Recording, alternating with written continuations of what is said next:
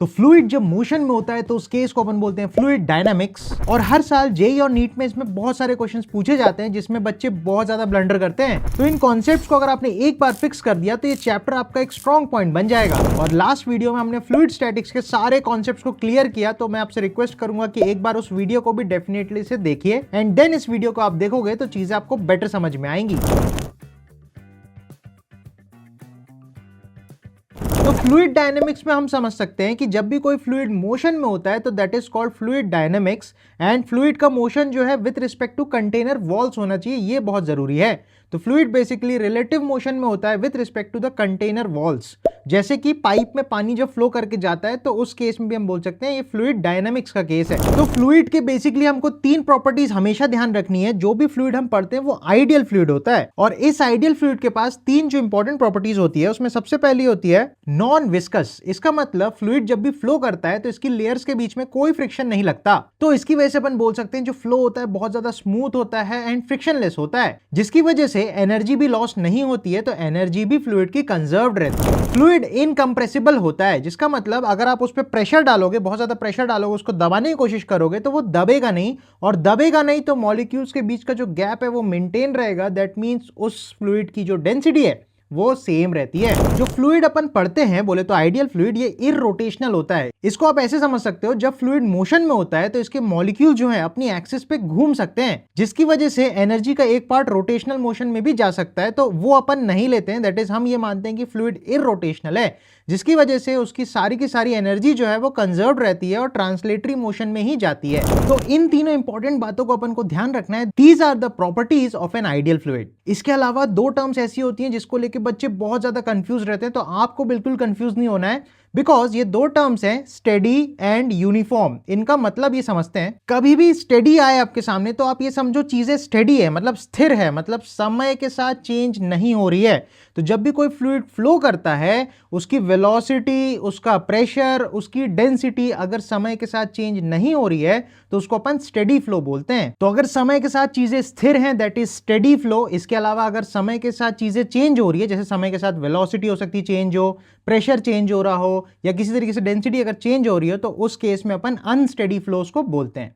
तो हमारे कोर्स में स्टेडी फ्लो ही है, तो ज्यादा टेंशन वाली बात नहीं है। देन आता है uniform and non uniform flow. Uniform आप समझ सकते हो, यूनिफॉर्म माने एक जैसा, तो हर जगह अगर फ्लो एक सा है तो उस केस में अपन यूनिफॉर्म फ्लो बोलते हैं। इसको आप ऐसे भी समझ सकते हो, एक पाइप के अंदर अगर हम डिफरेंट पॉइंट्स पकड़ें, उन पॉइंट्स पे अगर स्पीड हर जगह सेम है, इसको ऐसे समझ सकते हो जैसे अगर पाइप है उसमें इधर 10 की स्पीड से पार्टिकल जा रहा है, इधर भी 10 की स्पीड से जा रहा है, तो अपन बोल सकते हैं हर जगह पार्टिकल 10 की स्पीड से आ रहा है, तो उसकी वेलोसिटी हर पॉइंट पे सेम है, तो इसे अपन यूनिफॉर्म फ्लो बोल सकते हैं। तो फ्लूइड की प्रॉपर्टीज में वेलोसिटी, प्रेशर और डेंसिटी, ये तीनों चीजें अगर हर जगह सेम है that means it is a uniform flow. इसके अलावा आप ऐसे भी सोच सकते हो, अगर अलग अलग पोजीशन पे वेलोसिटी, प्रेशर या डेंसिटी चेंज हो रही है तो वो नॉन यूनिफॉर्म फ्लो कहलाता है।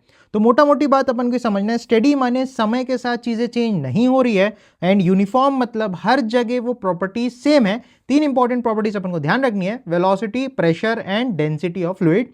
तो हम वैसे भी इनकम्प्रेसिबल फ्लूइड लेते हैं तो डेंसिटी हर जगह सेम ही रहने वाली है। इसके अलावा वेलोसिटी के साथ चीजें थोड़ी सी चेंज होती है, जैसे कि प्रेशर भी चेंज हो सकता है और वेलोसिटी ऑफ फ्लूइड भी चेंज हो सकती है। तो इसको अंडरस्टैंड करने के लिए सबसे पहला कॉन्सेप्ट हम देखने वाले हैं इक्वेशन ऑफ कॉन्टिन्यूटी। तो कॉन्टिन्यूटी इक्वेशन बहुत सिंपल सी बात बताता है। मैं इसको ऐसा बोलता हूं कि आने वाला माल इक्वल्स टू जाने वाला माल। मतलब जो भी फ्लूइड यहां से एंटर कर रहा होगा इस पाइप के भीतर, यहां से उतना ही फ्लूइड निकल जाना चाहिए। दैट मींस इसके बीच में बिल्कुल भी फ्लूइड इकट्ठा नहीं होना चाहिए, क्योंकि अगर बीच में कोई फ्लूइड कहीं पे इकट्ठा होने लगेगा तो ये पाइप थोड़ी सी हो सकता है ऐसा बम्प कर दे, मतलब फूल जाए और पाइप फट भी सकती है। तो ऐसा नहीं होता, हम इसको बिल्कुल अवॉइड करेंगे। तो हमारा हमेशा जो भी फ्लो या जो भी क्वेश्चन रहेगा उसमें हम ये समझेंगे जितना फ्लूइड यहां से एंटर कर रहा है उतना फ्लूइड यहां से एग्जिट करना चाहिए, ताकि बीच में कोई फ्लूइड इकट्ठा ना हो। ठीक है, अब इसको समझने के लिए अपन ये सोच सकते हैं जितना फ्लूइड यहां से आया उतना यहां से जाना चाहिए। तो कैसे जाएगा, हम बोलेंगे जो भी मास यहां से एंटर कर रहा है उतना ही मास यहां से एग्जिट भी करना चाहिए। तो अपन ये बोल सकते हैं लेफ्ट साइड से जो भी मास आ रहा है, बोले तो डीएम मास सोचो एंटर किया, dm in must be equal to dm out. तो अगर दोनों तरफ टाइम से डिवाइड कर दूं तो भी तो वैसे कोई फर्क नहीं पड़ने वाला, बिकॉज जितना भी माल आ रहा है समय के साथ उतना ही माल जा रहा होगा। अब इसको थोड़ा सा प्रॉपर अंडरस्टैंड करने के लिए अपन समझ सकते हैं, यहां पे मैंने क्या किया, एक फ्लूइड का लेयर ले लिया। ठीक है, मैंने ये बोला अगर मैं dt टाइम में ऑब्जर्व करूं तो लेफ्ट साइड से v1 वेलोसिटी से जो फ्लूइड आ रहा है उस फ्लूइड की एक छोटी सी डिस्क बनेगी जिसकी जो चौड़ाई होगी वो होगी v1 इंटू डी टी। ठीक है, ये इसकी चौड़ाई होगी। सिमिलरली राइट साइड भी अपन ले लेंगे। अगर dt टाइम में मैंने इमेजिन किया कि कितना फ्लूइड यहां से फ्लो करके निकल जाएगा, तो मैं बोल सकता हूं सेम dt टाइम में राइट साइड में, क्योंकि वेलोसिटी ऑब्वियसली चेंज हो गई है, तो यहां पे इसकी चौड़ाई मान लो हो जाएगी velocity into time v2 into dt। ठीक है, तो ये चौड़ाई अपन को मिल गई, इसकी भी चौड़ाई अपन को मिल गई। इसको अपन ऐसे भी समझ सकते हैं, जब भी देखो आपने कभी किसी को पाइप से पौधों में पानी वानी देते हुए देखा होगा, तो जब आप पाइप का मुंह दबाते हो तो पाइप के मुंह पे जो वेलोसिटी है वो चेंज हो जाती है फ्लूइड की, और जब उसका क्रॉस सेक्शनल एरिया, मतलब पाइप का जो माउथ है उसका क्रॉस सेक्शनल एरिया जब सेम होता है तो वेलोसिटी डिफरेंट होती है। दैट मीन्स एरिया के चेंज होने से वेलोसिटी भी चेंज होती होगी, तो वही हिसाब अपन लगा रहे हैं। ठीक है, तो अब समझते हैं, जितना माल आ रहा होगा उतना माल जा रहा होगा। अब मास लिखने के लिए अपन करेंगे डेंसिटी इनटू वॉल्यूम। तो अपन ये बोल सकते हैं छोटा सा मास को अपन डीएम करके लिख रहे हैं, तो डेंसिटी तो रो हो जाएगी।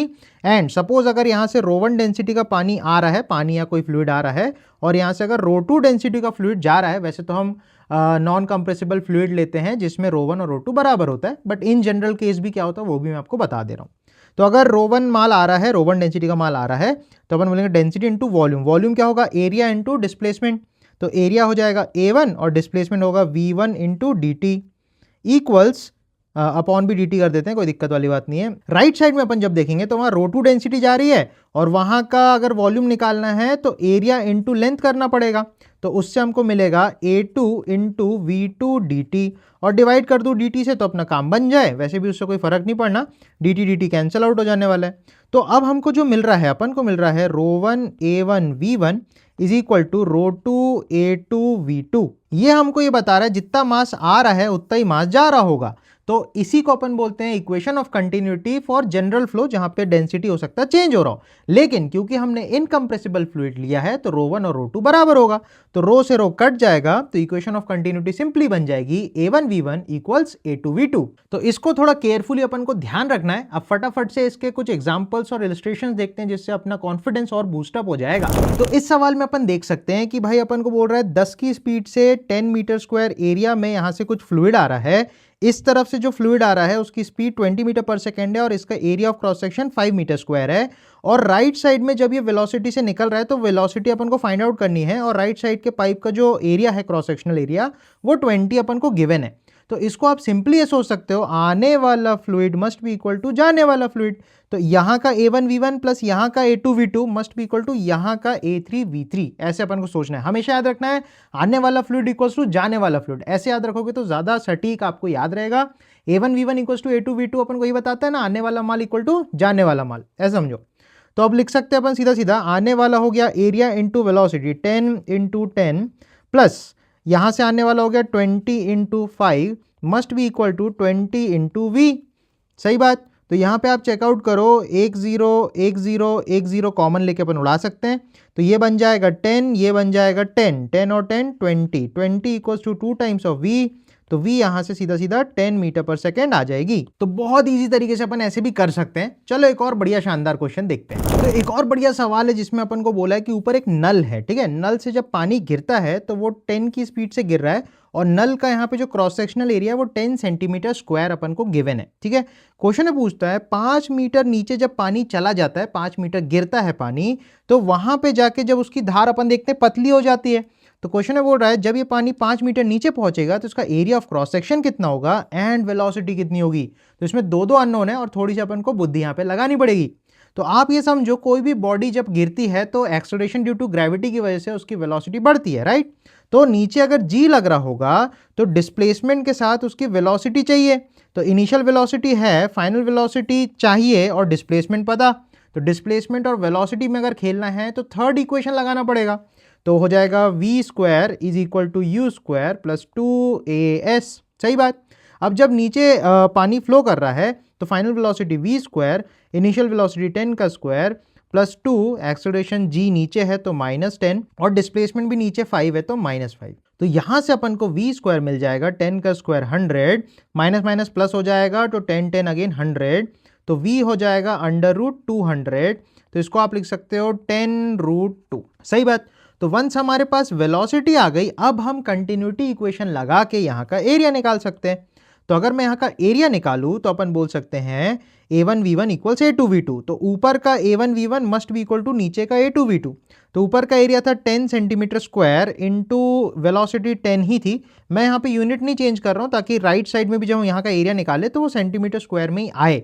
ये ऐसा इसलिए हो पा रहा है क्योंकि लेफ्ट और राइट में हम इक्वल कर रहे हैं, तो अगर हम कन्वर्ट भी करें यूनिट तो कैंसिल आउट हो जाएगी। तो लेफ्ट का हिसाब हो गया, राइट साइड में आएगी A2 नीचे का एरिया इंटू वेलोसिटी 10√2।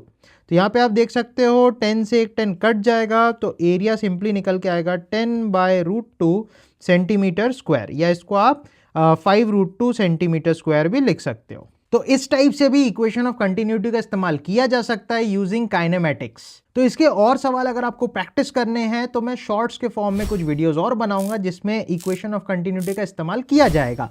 नेक्स्ट आगे अपन बढ़ते हैं बर्नौलीज थ्योरम पे। तो एक बहुत ही शानदार मैथमेटिशियन एंड फिजिसिस्ट थे बर्नौली, और ये लोग 4-5 भाई थे। तो इनके बारे में आप हिस्ट्री भी जरूर देखिएगा, इनकी फैमिली बड़ी अतरंगी टाइप की थी। तो बर्नौली बाबा बहुत तगड़े मैथमेटिशियन थे और उन्होंने बर्नौलीज इक्वेशन बताई ये कंसीडर करते हुए कि आइडियल फ्लूइड जो होता है उसमें एनर्जी का लॉस नहीं होता है, जैसा अपन ने अभी देखा था, क्योंकि आइडियल फ्लूइड नॉन विस्कस होता है। तो इस वजह से आइडियल फ्लूइड में एनर्जी का कोई लॉस नहीं होता, इसी की वजह से एनर्जी कंजर्व रहती है। लेकिन फ्लूइड्स के भीतर जो एनर्जी है वो 3 फॉर्मेट्स में रहती है। तो इसको समझने के लिए मैंने एक ऐसा पाइप लिया है जिसका क्रॉस सेक्शन यहाँ पे थोड़ा बड़ा है, ऊपर जाके छोटा हो जाता है, और यहाँ पे जो फ्लूइड है वो ऐसे फ्लो करता हुआ आ रहा है और फ्लो करके ऊपर से होके निकल जा रहा है। तो बर्नौली बाबा ने बताया जो फ्लूइड होता है उसके अंदर 3 टाइप्स ऑफ एनर्जीज होती है, जैसे काइनेटिक एनर्जी और पोटेंशियल एनर्जी तो हमको पता थी, लेकिन फ्लूइड्स के अंदर एक प्रेशर एनर्जी भी होती है। तो इसको अपन को थोड़ा सा समझना है। तो सबसे पहले आप ये सोचो, यहाँ पे जो भी चंक ऑफ फ्लूइड घुस रहा होगा उसके पास काइनेटिक एनर्जी होगी और उसकी जमीन से हाइट की वजह से कुछ ना कुछ पोटेंशियल एनर्जी होगी।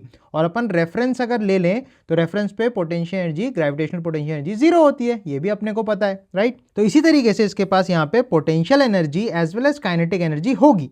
सिमिलरली जब वो ऊपर से जा रहा होगा तो वहां पे भी इसकी कुछ ना कुछ पोटेंशियल एनर्जी इंक्रीज हो गई होगी, कुछ ना कुछ काइनेटिक एनर्जी में डिक्रीमेंट आ गया होगा, क्योंकि हाइट के साथ स्पीड कम हो जाती है, ठीक है। नेक्स्ट अपन को ये समझना है, अगर आप फ्लूइड्स को ऐसा लेयर लेयर सोचो कि एक एक डिस्क टाइप की लेयर्स हैं, तो यहाँ पे जो भी लेयर होगी उसके पीछे वाले इसको धक्का मार रहे होंगे आगे की तरफ।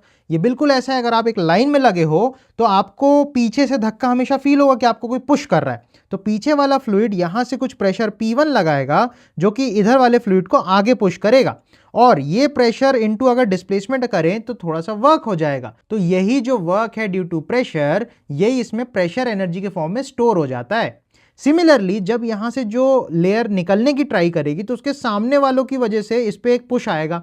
जैसे आप अगर एक लाइन में लगे हो तो आपको अगर पीछे धक्का आया, आप अगर सामने टकराए तो आपके चेस्ट पे भी एक सामने से धक्का आ जाएगा। तो ये उसी टाइप का एक धक्के का कुछ ना कुछ वर्क हो जाएगा। तो अपन बोल सकते हैं यहां से जो प्रेशर ऐसा लगेगा P2, तो वो अगेन कुछ ना कुछ वर्क कर जाएगा। तो अपन इसको समझ सकते हैं अगेन प्रेशर एनर्जी, राइट। तो काइनेटिक एनर्जी होती है फ्लूइड के पास, पोटेंशियल एनर्जी होती है, इसके अलावा प्रेशर एनर्जी भी होती है। एंड क्योंकि जो फ्लूइड्स होते हैं ये हमेशा जहां या जिस कंटेनर में आप डालोगे उस कंटेनर का शेप एंड साइज एक्वायर कर लेते हैं, राइट। तो इसी वजह से जब भी हम फ्लूइड्स की बात करते हैं तो डेंसिटी डिफाइन की जाती है, जितना भी मास है पर यूनिट वॉल्यूम। इसी तरीके से जब एनर्जी भी डिफाइन की गई तो जो भी एनर्जी है उसे पर यूनिट वॉल्यूम डिफाइन किया गया, क्योंकि जो फ्लूइड्स है उसका कोई पर्टिकुलर शेप नहीं होता, इस वजह से पर यूनिट वॉल्यूम करके इनकी एनर्जी को डिफाइन किया गया। तो बर्नौली इक्वेशन ये बोलता है यहां से आने वाली एनर्जी, जो भी एनर्जी यहां से इन हुई वही एनर्जी यहां से आउट भी होनी चाहिए। तो बर्नौली इक्वेशन लगाने के लिए हमें हमेशा एक क्रॉस सेक्शन या एक लेवल ढूंढना पड़ता है। तो इस केस में मैं बोल सकता हूं ये वाला हो गया क्रॉस सेक्शनल 1 या फिर लेवल नंबर 1। इसके अलावा ये जो ऊपर वाला पॉइंट है इसे क्रॉस सेक्शन 2 या लेवल 2 बोल सकते हैं। तो क्रॉस सेक्शन 1 के लिए अगर मैं बर्नौली लिखूं तो इसके पास प्रेशर एनर्जी हो जाएगी P1 plus kinetic energy half rho V1 square plus potential energy अपन 0 ले सकते हैं अगर इस नीचे वाली लाइन को ही अपन रेफरेंस ले ले for gravitational potential energy. Similarly equal to ये जो एनर्जी आई वही एनर्जी ऊपर से एग्जिट भी करनी चाहिए। तो उसके लिए अपन ऊपर की बोले तो क्रॉस सेक्शन नंबर 2 की अगर एनर्जी लिखें तो वहां पे प्रेशर एनर्जी हो जाएगी P2 प्लस वहां की काइनेटिक एनर्जी हो जाएगी half rho V2 square plus क्योंकि वो h हाइट ऊपर है रेफरेंस से तो ऊपर की पोटेंशियल एनर्जी हो जाएगी रो GH। तो यही बेसिकली हमारा बर्नौलीज इक्वेशन है और ये पूरा इक्वल्स टू एक कांस्टेंट होता है क्योंकि एनर्जी जो है वो कंजर्व्ड है। कंजर्व्ड का मतलब कांस्टेंट होता है, राइट। तो ये जो एनर्जी आ रही है इक्वल टू एनर्जी जा रही है और ये हमेशा कांस्टेंट रहेगी। एक फॉर्म ऑफ एनर्जी कम होती है तो दूसरी फॉर्म ऑफ एनर्जी बढ़ जाती है। जैसे हमने काइनेमेटिक्स में भी सीखा है, अगर एक बॉल को ऊपर फेंका जाए तो उसकी ऊपर जाते जाते वेलोसिटी रिड्यूस होती है, दैट मीन्स काइनेटिक एनर्जी कम हो रही है। लेकिन ऊपर जाते जाते हाइट बढ़ रही है तो पोटेंशियल एनर्जी बढ़ रही है। तो हमेशा काइनेटिक और पोटेंशियल का जो, अगर आप इमेजिन करो एनर्जी की टंकियां हैं, तो जब आपने बॉल को फेंका होगा तो काइनेटिक एनर्जी सबसे ज्यादा होगी, पोटेंशियल सबसे कम होगी। तो जैसे जैसे वो ऊपर जाएगा तो काइनेटिक कम होगी, पोटेंशियल बढ़ेगी, और जब एकदम टॉप मोस्ट पॉइंट पे पहुंचेगा तो काइनेटिक जीरो हो जाएगी और potential will be the maximum, right. तो इस हिसाब से अपन समझ सकते हैं एनर्जी जो है फ्लूइड्स के भीतर भी कंजर्व्ड रहती है। और ये एनर्जी तीन फॉर्म्स में होती है, जिसे अपन बोलते हैं pressure energy, kinetic energy and potential energy. और ये हमेशा पर यूनिट वॉल्यूम डिफाइन करी जाती है। जैसे आप देख सकते हो, अगर मैं हाफ mv² लिखता तो मास अपॉन वॉल्यूम कर देंगे तो अगेन यहाँ पे डेंसिटी बन गई। उसी तरीके से यहाँ भी डेंसिटी है, उसी तरीके से ये भी जो एनर्जी है प्रेशर एनर्जी, ये भी force per unit volume into displacement करके निकाला जाता है, उसे अपन प्रेशर एनर्जी बोलते हैं। अब फटाफट से देखते हैं कि बर्नौलीज इक्वेशन को अप्लाई कैसे किया जाता है। तो इस एग्जांपल में अपन देख सकते हैं कि एक पानी की टंकी है जिसमें किसी h हाइट तक जो पानी है वो भर रखा है। पानी की डेंसिटी रो दे रखी है, मैं पानी बार बार बोल रहा हूं, आप उसको फ्लूइड ही समझिएगा, ठीक है। तो इस टंकी में कुछ पानी भर रखा है h हाइट तक, इसकी डेंसिटी रो अपन को दे रखी है। इसके अलावा अपन को जो ऊपर का क्रॉस सेक्शनल एरिया है वो मान लो कैपिटल ए दे रखा है, नीचे का जो क्रॉस सेक्शनल एरिया है वो स्मॉल ए दे रखा है। अब क्वेश्चन में पूछता है कि जब हम यहां से एक छोटा सा होल को ऑरिफिस बोलते हैं, ORIFICE, राइट। तो जब इस ऑरिफिस को ओपन अप करेंगे तो यहां से जो पानी निकलेगा उसकी वेलोसिटी कितनी होगी ये अपन को फाइंड आउट करनी है। साथ ही साथ अपन देख सकते हैं कि ऊपर का जो पानी का लेवल होगा वो भी धीरे धीरे नीचे उतरेगा, तो उसकी वेलोसिटी कितनी होगी वो भी अपन फाइंड आउट करेंगे, राइट। तो हमको नीचे से निकलने वाले वाटर की वेलोसिटी और ऊपर से जो लेवल कम होगा उसकी वेलोसिटी फाइंड आउट करनी है इस इलस्ट्रेशन में। तो अपन बेसिकली बर्नौलीज थ्योरम अपन लगाएंगे एंड इसके अलावा इक्वेशन ऑफ कंटिन्यूटी भी अपन यूज करेंगे। तो सबसे पहले बर्नौलीज थ्योरम को अपन को लगाने के लिए दो क्रॉस सेक्शंस चाहिए। तो सबसे पहला क्रॉस सेक्शन तो ये ऊपर वाला ही हो जाएगा और दूसरा क्रॉस सेक्शन ही नीचे वाला हो जाएगा, राइट। तो इस क्रॉस सेक्शन को मैं नंबर 1 बोल देता हूं और इस क्रॉस सेक्शन को नंबर 2 बोल देता हूं, ठीक है। अब अपन को ये पता है कि ऊपर वाला जो क्रॉस सेक्शन है वो नीचे जा रहा होगा, तो मान लेते हैं इसकी वेलोसिटी v1 होगी और यहां से जो लिक्विड बाहर आएगा उसकी वेलोसिटी मान लेते हैं v2 होगी। तो v1 और v2 अपन को निकालना है, राइट। अब जब बर्नौलीज थ्योरम अपन लगाएंगे तो किसी भी एक लेवल को अपन एज अ रेफरेंस लेवल लेते हैं। तो मैं नीचे वाले लेवल को रेफरेंस लेवल ले लूंगा, उससे होगा क्या, नीचे की जो potential energy of the fluid होगी वो जीरो हो जाएगी, right. Gravitational potential energy zero हो जाएगी। तो ये जो ऑरिफिस है ये बेसिकली नीचे ही बना हुआ है, ये जो गैप है ये नेग्लिजिबल है, आप ऐसा सोचो, सबसे नीचे ऑरिफिस बना है। मैंने थोड़ा ड्राइंग ऊपर नीचे कर दी है, डोंट बॉदर इट। तो इस क्वेश्चन में हमको बर्नौलीज थ्योरम जब लगाना है तो Bernoulli's theorem first cross section के लिए अगर अपन लगाएं तो pressure energy, kinetic energy and potential energy अपन को लिखनी है। सबसे पहले प्रेशर एनर्जी किस फॉर्म में होगी यहाँ पे, तो आप सिंपल सोच सकते हो कि ऊपर से तो यार एटमॉस्फेरिक प्रेशर लगेगा, तो ऊपर का जो प्रेशर एनर्जी हम लिखेंगे वो PATM लिखेंगे। दूसरी बात, नीचे से जब पानी निकलेगा बाहर तो यहाँ पे जो प्रेशर एनर्जी होगी वो अगेन PATM हो जाएगी। क्यों? क्योंकि जब पानी बाहर आएगा तो उसको कौन सा प्रेशर मिलेगा, उसको एटमॉस्फेयर का ही तो प्रेशर मिलेगा बाहर में, इसलिए वो PATM हो जाएगा। तो ऊपर वाले लेवल के लिए अगर मैं बर्नौलीज थ्योरम लिखूं, बोले तो एनर्जी लिखूं, तो प्रेशर एनर्जी हो जाएगी PATM प्लस पोटेंशियल एनर्जी, इसके लिए अपन लिख सकते हैं रो जी और ये h हाइट हो जाएगी, तो अपन लिखेंगे रो जी h प्लस ये लेवल अगर v1 स्पीड से नीचे जा रहा है तो काइनेटिक एनर्जी हो जाएगी हाफ रो v1 स्क्वायर। अब नीचे वाले क्रॉस सेक्शनल एरिया में से निकलने वाले फ्लूइड की टोटल एनर्जी अपन को लिखनी है, तो वो अगेन हो जाएगी PATM plus rho g H zero हो जाएगा अगेन, क्योंकि ग्रेविटेशनल पोटेंशियल जी जीरो होती है रेफरेंस लेवल पे, plus half rho v2 square, ठीक है। अब इस एक्सप्रेशन में आप देखो PATM से PATM अपन कैंसिल आउट कर सकते हैं, तो अपने पास अल्टीमेटली एक्सप्रेशन जो आएगा वो आएगा रो जी एच बराबर हाफ रो, देखो v2 स्क्वायर, और इस टर्म को अगर मैं उस तरफ ले गया तो माइनस में आ जाएगा v1 स्क्वायर कॉमन लेके, मतलब v2 square minus v1 square बन जाएगा। आई होप आप समझ रहे होगे। देन यहाँ पे भी आप देखो रो से रो कैंसिल आउट हो सकता है, और इस 2 को अगर अपन ऊपर ले जाएं तो अपने को मिलेगा 2GH बराबर v2 square minus v1 square. For the time being इसको अपन थोड़ा सा होल्ड पे रखेंगे, क्योंकि अपने पास देखो एक ही इक्वेशन आई है और 2 अननोन्स है। इसके अलावा हमको इक्वेशन ऑफ कंटिन्यूटी लगानी पड़ेगी, जिससे दूसरी इक्वेशन मिलेगी और 2 अननोन 2 इक्वेशन सॉल्व हो जाएगा। तो इक्वेशन ऑफ कंटिन्यूटी अगर अपन लगाते हैं तो हम लिख सकते हैं A1 V1 equals A2 V2, okay. तो ऊपर से आने वाला जो फ्लूइड है उसका हो जाएगा capital A into V1 must be equal to small a into V2।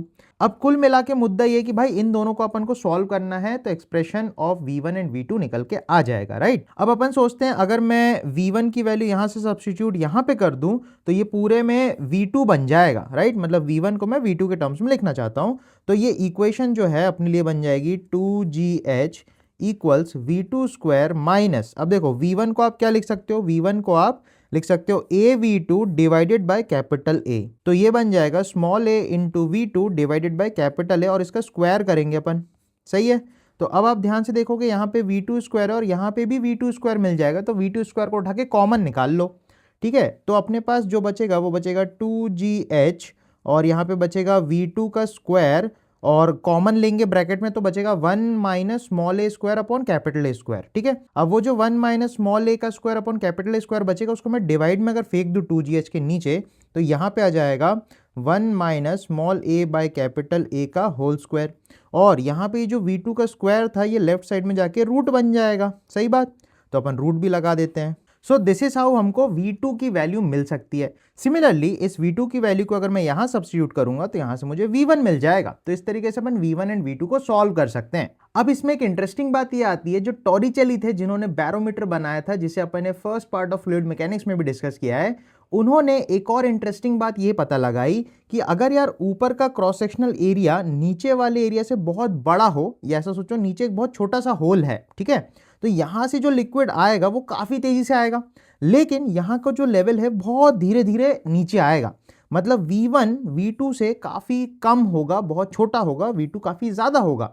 Obviously आपने देखा होगा जब जो सिरिंज इंजेक्शन रहते हैं उसमें जब अपन प्रेस करते हैं कितना तेज ऊपर से फ्लूइड निकल के आता है, राइट। तो वही वाली बात है, ये लेवल बहुत धीरे नीचे आएगा, ये लेवल काफ़ी तेज बाहर जाएगा। तो अपन बोल सकते हैं अगर ये क्रॉस सेक्शनल एरिया ऊपर वाले एरिया से काफ़ी ज़्यादा छोटा हो तो V1 ऑलमोस्ट जीरो ले सकते हैं, अपन नेग्लेक्ट कर सकते हैं एज कंपेयर टू V2।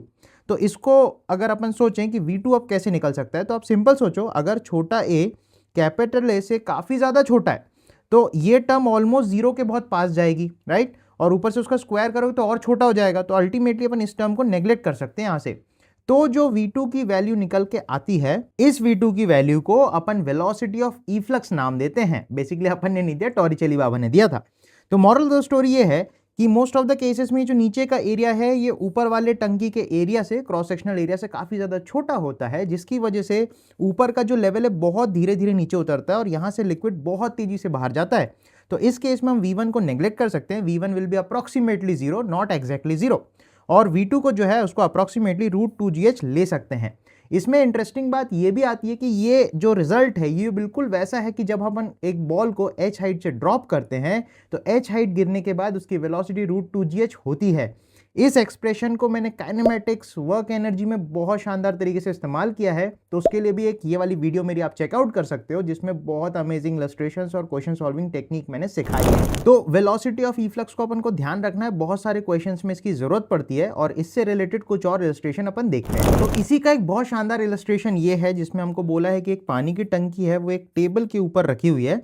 ये टेबल की हाइट 10 मीटर्स है और जो पानी की टंकी में पानी फिल्ड है वो up to 20 metre height liquid जो है वो फिल्ड है।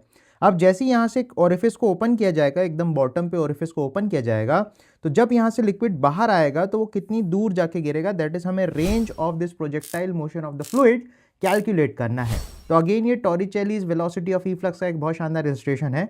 तो इसको सॉल्व करने के लिए, मतलब बेसिकली रेंज तक पहुंचने के लिए 2-3 छोटे छोटे काम हमको करने पड़ेंगे। सबसे पहले यहाँ पे जो वेलोसिटी ऑफ लिक्विड आएगी उसको सीधा सीधा आप √2GH ले सकते हो। रीजन बीइंग ऊपर का एरिया नीचे का एरिया अपन को नहीं दिया है, तो अपन ये सोच सकते हैं कि नीचे का एरिया ऊपर वाले एरिया से काफी ज्यादा छोटा है, तो वही कर सकते हैं जो लास्ट इलस्ट्रेशन में हमने देखा था कि small a very much small than capital a, तो अपन उस टर्म को नेग्लेक्ट करके इफ्लक्स की वेलोसिटी यूज अप कर सकते हैं, ठीक है। दूसरी इंपॉर्टेंट बात इसमें यह है कि वेलोसिटी ऑफ इफ्लक्स में जो h होता है वो हाइट लेना होता है लिक्विड के इंटरफेस का, that is liquid and air की जो बाउंड्री है वो इंटरफेस ओरिफिस से कितना ऊपर है उस हाइट को अपन को लेना चाहिए, ठीक है। अगर मान लो होल यहां पे होता तो अपन ये वाली हाइट को कंसिडर करते √2GH के अंदर, ठीक है। तो ये ध्यान रखना है। तो h की वैल्यू यहाँ पे 20 मीटर हो जाएगी, तो ये जो पानी बाहर आ रहा होगा इसकी वेलोसिटी अपन लिख सकते हैं √2G × 20, तो ये निकल के आएगी 20 मीटर पर सेकेंड। तो अब ये 20 मीटर पर सेकेंड से अगर बाहर आ रही है और क्योंकि इसको 10 मीटर हाइट से नीचे आना है तो ये हॉरिजॉन्टल प्रोजेक्टाइल का क्वेश्चन बन गया। अब ठीक है, यहां से लिक्विड गिर रहा है। अब इसमें इंपॉर्टेंट चीज अपन को ये याद होनी चाहिए, काइनेमैटिक्स में हमने सीखा है अगर एक बिल्डिंग से h हाइट की बिल्डिंग से एक पार्टिकल को लॉन्च किया जाए हॉरिजॉन्टली तो उसका जो टाइम ऑफ फ्लाइट होता है वो होता है √2h/g, जहां पे ये h होता है जिस हाइट से उसको छोड़ा गया है। तो ये वाली हाइट अपन को पता है 10 मीटर है, तो सीधा सीधा ये फॉर्मूला अगर अपन लगाएं तो इसकी टाइम ऑफ फ्लाइट आ सकती है। और अपन ने काइनेमैटिक्स में अगेन ये चीज भी सीखी है, अगर हमारे पास हॉरिजॉन्टल वेलोसिटी है और टाइम ऑफ फ्लाइट है, इन दोनों को मल्टीप्लाई करोगे तो रेंज मिल जाती है।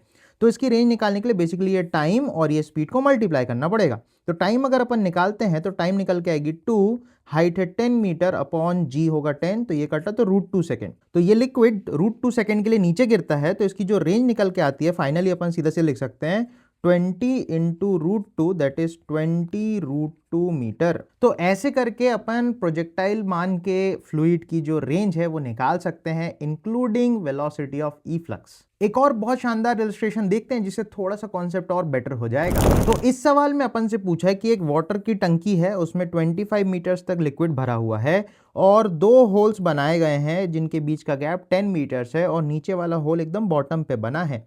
तो हमसे पूछता है यहां से जो निकलने वाले लिक्विड की वेलोसिटी होगी, इनका रेशियो क्या होगा। तो अगेन ये वेलोसिटी ऑफ इफ्लक्स का ही क्वेश्चन है, तो अपन को ये चीज समझनी है। v1 जो होगी उसके लिए √2gh1 आप यूज करोगे और v2 जो होगी उसके लिए आप √2gh2 यूज करोगे। अब h1 और h2 क्या है ये इंपॉर्टेंट है।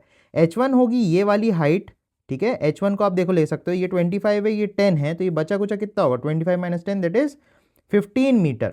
तो v1 के लिए अपन लिखेंगे √2gh1 दैट इज 15 मीटर, ठीक है। ऐसे v2 के लिए जब आप लिखोगे तो आप लिखोगे √2g और ऊपर से हाइट मतलब लिक्विड की जो बाउंड्री है वहां से इस होल की हाइट जो है वो 25 मीटर्स है। तो अपन बोल सकते हैं इन दोनों का अगर आप रेशियो लोगे तो आप देखो 2g वाली टर्म तो कैंसिल ही हो जाएगी, 5 3 = 15 हो जाएगी, 5 5 = 25 हो जाएगी। तो v1 upon v2 will be √3/5। तो बहुत सिंपल सा कॉन्सेप्ट है, इसको बिल्कुल खोपड़े में बसा लो, टैटू करा लो, जो आप कर सकते हो उसको करना है। नेक्स्ट एक और बहुत ही एडवांस लेवल सवाल अपन ट्राई करते हैं। तो नेक्स्ट इस सवाल में अपन से पूछ रहा है कि अगर अगेन एक टैंक है, उसमें नीचे एक ओरिफिस अपन ने बनाया है और जो वाटर का लेवल है वो h हाइट तक है। तो इस सवाल में हमसे पूछ रहा है कि कितना टाइम लगेगा इसको हाफ एम्प्टी होने में। तो हाफ या किसी भी लेवल तक ये एम्प्टी हो सकता है, तो उसको फाइंड आउट करने के लिए हमको थोड़ा जुगाड़ लगाना पड़ेगा। तो क्वेश्चन में पूछ रहा है अगर इनिशियल हाइट h है तो h/2 तक आने में उसको कितना टाइम लगेगा, ये सवाल है। अब मुद्दे की बात ये देखो, जब इसका लेवल नीचे आएगा तो ऑब्वियसली इसकी जो हाइट है ये चेंज होती जाएगी, कम होती जाएगी, और क्योंकि यहाँ से निकलने वाले पानी की जो वेलोसिटी है वो √2gh होती है, तो ये हाइट अगर चेंज होती रहेगी तो वेलोसिटी भी चेंज होती रहेगी, तो समय भी उस हिसाब से चेंज होता रहेगा। तो यहाँ पे ये समझना है जिस रेट से लेवल नीचे आएगा उसके ऊपर डिपेंडेंसी रहेगी, ठीक है। तो सबसे पहले ये सोचो किसी भी एक जनरल इंस्टेंट ऑफ टाइम पे अगर अपन बोलते हैं कि सपोज पानी का जो लेवल है वो यहाँ कहीं तक आ गया, अब इस लेवल पे मान लो जो हाइट है नीचे से ये कोई y है, y ऑब्वियसली चेंज हो रही है, तो जिस रेट से y कम हो रहा होगा तो मैं बोल सकता हूँ -dy/dt जो होगा उसको अपन v1 ले सकते हैं। What is v1? v1 इस लेवल के नीचे होने की वेलोसिटी होगी, और यहाँ से जो लिक्विड निकलेगा उसकी वेलोसिटी v2 मानते हैं, जो कि अगेन वेरिएबल होगी क्योंकि ये जो y है ये चेंज होता रहेगा। तो किसी टाइम पे हमने माना कि लेवल गिर के y तक आ गया है और तब हम बात कर रहे हैं, ठीक है। तो v1 की स्थिति हमको मिल गई। दूसरी बात, यहां से a1 v1 must be equal to यहां से a2 v2, तो अपन यहां से लिख सकते हैं capital A into v1 must be equal to small a into v2। अब आप देखो कैपिटल A तो ठीक है, v1 की वैल्यू अपन ये पुट कर सकते हैं। अब v2 को आप क्या लिखोगे, अगर किसी एक जनरल इंस्टेंट ऑफ टाइम पे ये y हाइट पे है तो v2 इन जनरल अपन लिख सकते हैं √2gy। तो इक्वेशन जो अपने को मिलेगी a into -dy/dt must be equals to small a times v2 that is √2gy, ठीक है। अब यहां पे अपन को क्या देख सकते हैं कि देखो टाइम वाली टर्म को एक तरफ ले जाएंगे, यहां से जो y वाली टर्म है उसको एक तरफ ले आएंगे, तो इस तरफ पूरे y बन जाएंगे और राइट साइड में टाइम बन जाएगा, तब अपन इंटीग्रेशन करके वो समय का इक्वेशन बना सकते हैं, राइट। तो अपन लिख सकते हैं माइनस में a अपॉन ए ले लेता हूँ, छोटे ए को लेफ्ट में बुला लेता हूँ, dy अपॉन √y, ठीक है। रूट वाई यहाँ से मैंने निकाल के नीचे ले गया और यहाँ पे रूट 2g रह जाएगा और dt ऊपर आ जाएगा। तो राइट साइड में हमको मिलेगा रूट में 2g इंटू dt। एक टाइप के वेरिएबल्स एक साइड हो गए और दूसरे टाइप के दूसरे साइड। जैसे जो टाइम है वो राइट साइड में आ गया और जो y है वो लेफ्ट में आ गया। अब सिंपल इंटीग्रेशन करना है अपन को यहाँ पे। तो इंटीग्रेशन में स्टार्टिंग में t0 पे जो पानी का लेवल था वो h था और किसी t टाइम आते आते जो पानी का लेवल था वो h/2 हो गया। अब इस इंटीग्रेशन को अगर हम परफॉर्म कर लेंगे तो हमारा आंसर सीधा सीधा आ जाएगा। थोड़ा सा स्पेस बनाने के लिए अपन ने इसको छोटा करके यहाँ कर दिया, ठीक है। अब मैं इंटीग्रेशन करने वाला हूँ बेसिकली। तो अपन लिख सकते हैं -a/a, तो यहाँ आ जाएगा। और इसको आप ऐसे सोचो, y की पावर हाफ है, ये ऊपर चले जाएगा तो y की पावर -हाफ हो जाएगा। तो जब इंटीग्रेशन करोगे तो y की power -half plus 1 that is +half हो जाएगा और नीचे भी +हाफ आ जाएगा तो 1/2 कूद के ऊपर आ जाएगा। अब इसकी लिमिट आपको लगानी है h से लेके h/2 इक्वल्स √2g और dt का इंटीग्रेशन तो टाइम ही आ जाएगा। सही है। अब नेक्स्ट लेवल पे अपन करेंगे -a/a, ठीक है। अब आप लिखोगे जो 2 है उसको भी बाहर ले लो, आप ऐसा कर लो, 2 को अपन ने बाहर ले लिया। अपर लिमिट लगाएंगे तो रूट ऑफ y ये लिखा हुआ है तो that is root of h/2 minus root of h ऐसा बन जाएगा इज इक्वल टू √2gt। तो अगर मैं यहाँ से टाइम निकालूँ तो सीधा सीधा देखो टाइम आप निकाल सकते हो। इस माइनस को भी मैं अंदर डालता हूँ ताकि ये फ्लिप हो जाए, अल्टी पल्टी हो जाएगा। तो अपन को मिलेगा कैपिटल A/स्मॉल a, ऊपर 2 रहेगा, नीचे रूट में 2g रहेगा, ठीक है। और h भी रूट वाला कॉमन निकाल सकते हैं, थोड़ा साफ सुथरा लिख लेते हैं इसको। तो अपन देख सकते हैं बड़ू a बाय छोटू a रूट में h/2g बन जाएगा और ब्रैकेट में आएगा 1/√2 - 1। तो ये तो मैं समझ सकता हूँ थोड़ा एक्सप्रेशन गंदा सा आया है, लेकिन मैं आपसे रिक्वेस्ट करूंगा कि भाई जो टेक्निक है, जो तरीका है, उसको आप समझो कि ये जो लेवल कम होगा उस हिसाब से यहाँ से लिक्विड निकलेगा। तो अपन वॉल्यूम फ्लो रेट को अगर मेंटेन करें that is a1v1 must be equal to a2v2, इससे अपन इंटीग्रेशन की इक्वेशन बना के थोड़ा मैथमेटिक्स लगाएंगे तो हमारा एक्सप्रेशन ऑफ टाइम आ जाएगा, राइट। तो इस तरीके से कितनी देर में टंकी कितनी खाली होगी वो निकाल सकते हैं। बिल्कुल जरूरी नहीं कि h/2 तक पूछे, हो सकता है बोले पूरी टंकी कब खत्म होगी, तो इसको 0 भी आप कर सकते हो। तो इस तरीके से एक्सप्रेशन कुछ भी बन सकता है, राइट। तो आई होप ये आइडिया आपको समझ में आया होगा। नेक्स्ट एक और बहुत इंटरेस्टिंग सवाल है, इसमें थोड़ा सा Newton's laws of motion use होने वाला है। तो क्वेश्चन में ऐसा बोल रहा है, नीचे एक स्मूथ सरफेस पे एक वाटर टैंक रखा हुआ है जिसमें हमने व्हील्स लगा दिए जो कि स्मूथ है अगेन, तो ये भाग जाएगा जैसे ही आप यहाँ पे होल को ओपन करोगे। होल को ओपन करने पे क्या होगा, पानी बाहर आएगा तो ये जेट की तरह, रॉकेट की तरह काम करेगा और ये जो हमारी पानी की टंकी इधर भागने लग जाएगी। तो क्वेश्चन में जैसे हमसे पूछ सकता है कि कितना फोर्स लगाएगा जैसे यहाँ पे हमने इस होल को ओरिफिस को ओपन किया, तो जो लिक्विड निकलेगा वो कितना ज़्यादा फोर्स लगाएगा ये निकालना हो सकता है। इनिशियल एक्सेलरेशन पूछ सकता है जैसे होल को ओपन करेंगे, इस टाइप के क्वेश्चंस आते हैं, ठीक है। तो कॉन्सेप्ट क्या है वो अपन इसमें अंडरस्टैंडिंग बनाएंगे प्रॉपर। तो आप ये सोचो जैसे ही आपने होल को ओपन किया तो यहाँ से जो लिक्विड आएगा उसकी स्पीड √2gh होने वाली है, ठीक है, इसमें तो कोई दिक्कत नहीं है। अब आप सोचो अगर मैं dt टाइम इंटरवल की बात करूं, बहुत छोटे से टाइम की बात करूं, तो यहां से पानी का एक सिलेंड्रिकल चंक टाइप का हम सोच सकते हैं बाहर आएगा dt टाइम में, राइट। तो अगर मैं उस पानी के चंक को थोड़ा सा सोचूं तो dt टाइम में ये अगर v वेलोसिटी से बाहर आ रहा है, v की वैल्यू अपने पास ऑलरेडी है, तो इसकी जो लेंथ होगी वो होगी वेलोसिटी इनटू टाइम, उसको अपन dx बोल सकते हैं। dx की वैल्यू जाएगी v इंटू dt, सही है। तो जो छोटा सा पानी का सिलेंड्रिकल चंक या सिलेंड्रिकल धार जो निकलेगी पानी की, उसको अपन dx से बता रहे हैं, ठीक है। अब इस छोटे से पानी के जो चंक आया है, सिलेंडर आया है, इसका मास सपोज dm है, ठीक है। अब आप ऐसा सोचो ना, शुरू में जब टंकी का होल बंद था या ओरिफिस बंद था तो पानी रेस्ट पे था। जैसे ही आपने ओरिफिस को ओपन किया तो यहाँ से पानी सटासट बाहर आने लगा। तो बाहर आने की वजह से उस पानी का जो मोमेंटम चेंज हुआ, तो अपन ये सोच सकते हैं टंकी ने पानी को लात मार के बाहर निकाला, तो जाते हुए पानी ने भी टंकी को एक अपोजिट रिएक्शन लात मारी होगी, जिसकी वजह से ये टंकी पे राइट साइड की तरफ एक थ्रस्ट आया होगा, बिल्कुल रॉकेट की तरह, राइट। तो वही हमको निकालना है। तो अगर मैं इनिशियल मोमेंटम ऑफ लिक्विड सोचूं तो वो 0 होगा। फाइनल मोमेंटम ऑफ लिक्विड अगर मैं लिखूं तो छोटा सा मास इनटू उसकी वेलोसिटी, ऐसी तो अपन लिखेंगे, राइट। अगर मैं फाइनल मोमेंटम को प्रॉपर तरीके से लिखूं, देखो इसकी डेंसिटी अपन को रो दी है, पूरे टंकी का मास अपन को m दिया है, ठीक है, और इसका मास छोटा सा dm है। तो छोटा सा dm अगर हमको लिखना है तो उसके लिए हमको मान लो इसका area of cross section a दिया है नीचे का और ऊपर का कैपिटल A दिया है, ठीक है।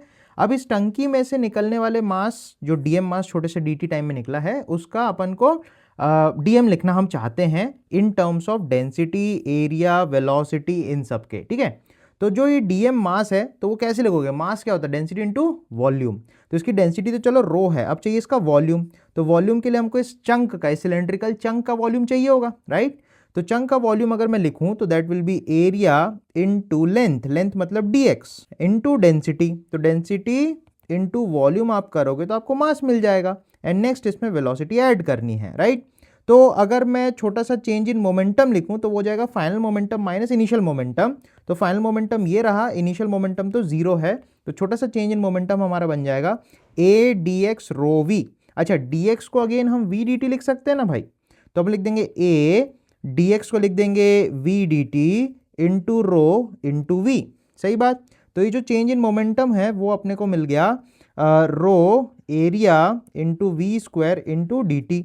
अब अगर मैं सोचूं rate of change of momentum with respect to time is force, बोले तो सेकेंड लॉ ऑफ मोशन यही तो बताता है कि rate of change of linear momentum with respect to time gives us the force applied on the body, right. तो अपन बोल सकते हैं अगर मैं इस एक्सप्रेशन को दोनों तरफ डिवाइड करूं dt से, तो अपन बोल सकते हैं ये अपन को फोर्स दे देगा, rate of change of momentum with respect to time. अब राइट साइड में मजेदार बात है, dt से dt कैंसिल हो जाएगा, तो हमारे पास जो फोर्स है, इनिशियल फोर्स जो आएगी, मतलब जैसे ही होल को ओपन करेंगे तो लिक्विड जाएगा बाहर, लिक्विड एक थ्रस्ट लगाएगा इस टैंक पे, तो वो फोर्स आएगी रो ए वी स्क्वायर। तो इसको आपको ध्यान रखना है, rho A v square is the force applied on the body. इसके अलावा हमसे क्वेश्चन में एक्सेलरेशन भी पूछा था कि इसका इस दिशा में एक्सेलरेशन मान लो ए नॉट है, जो कितना होगा, तो force equals to mass into acceleration, F बराबर एम ए, वो अगर अपन लगाएं तो एक्सेलरेशन सीधा निकाल सकते हैं। तो मैं लिख सकता हूं एक्सेलरेशन हो जाएगा फोर्स डिवाइडेड बाय मास, तो अपन लिख सकते हैं rho A v square will be the force upon mass of the tank. तो इस तरीके से बहुत ही इजी तरीके से अपन निकाल सकते हैं कि what is the force acting on this tank. इसी का एक और जोरदार एप्लीकेशन मैं आपके साथ शेयर करना चाहता हूं, जिसको आप सीख लो, बिकॉज ऐसे क्वेश्चन मेंस में डेफिनेटली से आ सकते हैं। नेक्स्ट इस सवाल में अपन से बोल रहा है, अगर एक पाइप है जो कि यू शेप में है, उसमें 20 मीटर पर सेकेंड से पानी एंटर कर रहा है और 20 मीटर पर सेकेंड से ही पानी एग्जिट भी कर रहा है, area of cross section A दिया है और जो वाटर है उसकी डेंसिटी 1000 kg पर मीटर क्यूब होती है। आई होप आपको याद होगा। तो अपन को क्वेश्चन ने पूछा इस पाइप पे लगने वाला थ्रस्ट फोर्स कितना होगा, ये पाइप पे एक थ्रस्ट फोर्स इस डायरेक्शन में F लगेगी, वो अपन को कैलकुलेट करना है, ठीक है। अब लास्ट टाइम में अभी अपन ने देखा कि अगर एक टैंक में से लिक्विड निकल रहा होता है तो उसकी वजह से जो फोर्स लगती है वो रो ए वी स्क्वायर लगती है, राइट। वो सिंगल साइडेड था क्योंकि उसमें से पानी बस निकल रहा था, एंटर नहीं कर रहा था। अब यहाँ पे आप सोचो जो ये निकल रहा होगा तो ये एक फोर्स यहाँ पे लगाएगा, that will be rho area into v square, right. और जो एंटर कर रहा होगा वो भी तो एक फोर्स लगा देगा, तो अगेन यहाँ पे एक और रो ए वी स्क्वायर हो जाएगा, तो इंटू 2 आप कर दो, तो total force 2 times of rho A v square हो जाएगी। तो यहाँ पे आप लिख सकते हो जो फोर्स लगेगी वो जाएगी 2 times of rho area of cross section into v square, तो हो जाएगा 2, पानी की डेंसिटी होगी 10⁻³ एरिया देखो 10 सेंटीमीटर स्क्वायर दिया, इसको मीटर में बदलने के लिए हर सेंटीमीटर में 10⁻² मीटर होता है और सेंटीमीटर स्क्वायर कर रहे हो तो इसका भी स्क्वायर करना पड़ेगा, और वेलोसिटी 20 का स्क्वायर, तो अपन को मिलेगा 2 into 10⁻⁴ into 10⁻⁻4 metre square into 20 का स्क्वायर विल बी 400। तो आप सीधा सीधा देख सकते हो ये टर्म तो कट ही गई, और 400 इंटू 2 विल बी 800 न्यूटन। तो जब किसी पाइप में 20 की स्पीड से लिक्विड जाता है और घूम के वापस आता है तो उस पाइप पे 800 न्यूटन का फोर्स लगता है। इसलिए कई बार आपने देखा होगा मूवीज में या कहीं तो देखा होगा, जब फायर ब्रिगेड का जो पाइपलाइन होता है वो अगर उनके हाथ से छूट जाता है तो बहुत मुश्किल होता है उसको कंट्रोल करना, क्योंकि ऐसे ऐसे ऐसे हिलता रहता है। तो सोचो उसमें से पानी इतना तेज निकल रहा होता है तो कितना ज्यादा फोर्स एक्सर्ट कर रहा होता है। अब बारी है बर्नौलीज थ्योरम और कंटिन्यूटी इक्वेशन के कुछ प्रैक्टिकल एप्लीकेशंस की। तो इन एप्लीकेशंस को समझने के लिए मैं आपसे एक पॉइंट डिस्कस करना चाहता हूं, जिसको अगर आपने समझ लिया तो बर्नौलीज थ्योरम के जो प्रैक्टिकल एप्लीकेशंस है बहुत इजीली अंडरस्टूड हो जाएंगे, ठीक है। सपोज एक पाइप है अपने पास, यहाँ पे सपोज कैपिटल ए जो इसका एरिया ऑफ क्रॉस सेक्शन और यहाँ का area of cross section small a है। ऑब्वियसली आप देख सकते हो यहाँ का एरिया छोटा है और यहाँ का एरिया बड़ा है। अब अपन ये बोल सकते हैं अगर मैं सेम हॉरिजॉन्टल लेवल के लिए बात करूं तो सेम हॉरिजॉन्टल लेवल पे अगर हम रेफरेंस ले लें तो ग्रेविटेशनल पोटेंशियल एनर्जी तो जीरो हो जाती है।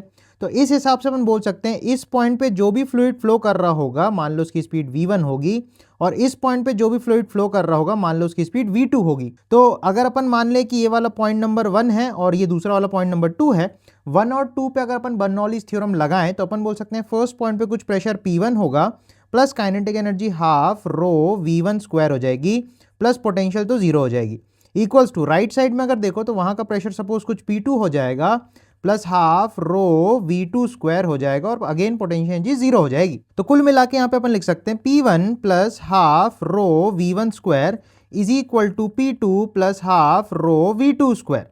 एंड क्योंकि ये एनर्जी कंजर्व रहती है तो अपन इसको कांस्टेंट की तरह लिख सकते हैं। सही बात। अब इसमें समझने वाली बात यह है, देखो A1 V1 equals to A2 V2 जो इक्वेशन ऑफ कंटिन्यूटी है, उसने हमको ये सिखाया कि जहां पे माउथ का एरिया या पाइप का जो एरिया है वो छोटा हो जाएगा वहां पे वेलोसिटी ज्यादा हो जाएगी। तो हम क्लियरली देख सकते हैं V2 जो है वो V1 से ज्यादा हो जाएगी। तो इस एग्जांपल में हम क्लियरली बोल सकते हैं V2 is greater than V1। तो इससे क्या मजा आएगा सर? अब इससे आप ये चीज नोटिस करो, अगर ये एक्सप्रेशन कांस्टेंट है, ये एक्सप्रेशन भी कांस्टेंट है, तो अपन ये समझ सकते हैं इसकी वैल्यू कुछ फिक्स है, राइट? दो टर्म्स है, that is pressure energy and kinetic energy, ये दो टर्म्स का जो सम है वो कांस्टेंट है। अब इंटरेस्टिंग बात ये है, हमको ये पता है हाफ रो V1 स्क्वायर जो वैल्यू है वो हाफ रो V2 स्क्वायर से छोटी होने वाली है। रीजन, V2 V1 से बड़ा है, रो तो दोनों में सेम ही है और हाफ भी दोनों में सेम है। तो इस वजह से हम बोल सकते हैं ये टर्म अगर छोटी है और ये टर्म अगर बड़ी है तो इनका हिसाब तो ठीक है, लेकिन अगर आप इसको इससे कंपेयर कराओ तो आप ये सोच सकते हो कि अगर ये टर्म छोटी है that means P1 must be greater, और इसी तरीके से जब इसको कांस्टेंट के इक्वेट कराओगे आप तो ये टर्म अगर बड़ी है दैट मींस इस टर्म को छोटा होना पड़ेगा। अगर दो टर्म्स मिलके कांस्टेंट बन रहे हैं दैट मींस एक नंबर अगर बड़ा होगा तो दूसरे को छोटा होना पड़ेगा, तभी तो दोनों का सम मिलके एक कांस्टेंट वैल्यू दे पाएगा, राइट? तो इधर से अपन बोल सकते हैं जो प्रेशर है वो हाई होगा जहां वेलोसिटी लो होगी, या फिर इसके अलावा हम ऐसा भी बोल सकते हैं प्रेशर लो होगा जहां वेलोसिटी हाई होगी। तो इस चीज को अगर अपन यहां सिंपली देखें तो यहां पे हमको पता है वेलोसिटी V2 जो है वो ज्यादा है, दैट मींस यहां का प्रेशर लो हो जाने वाला है।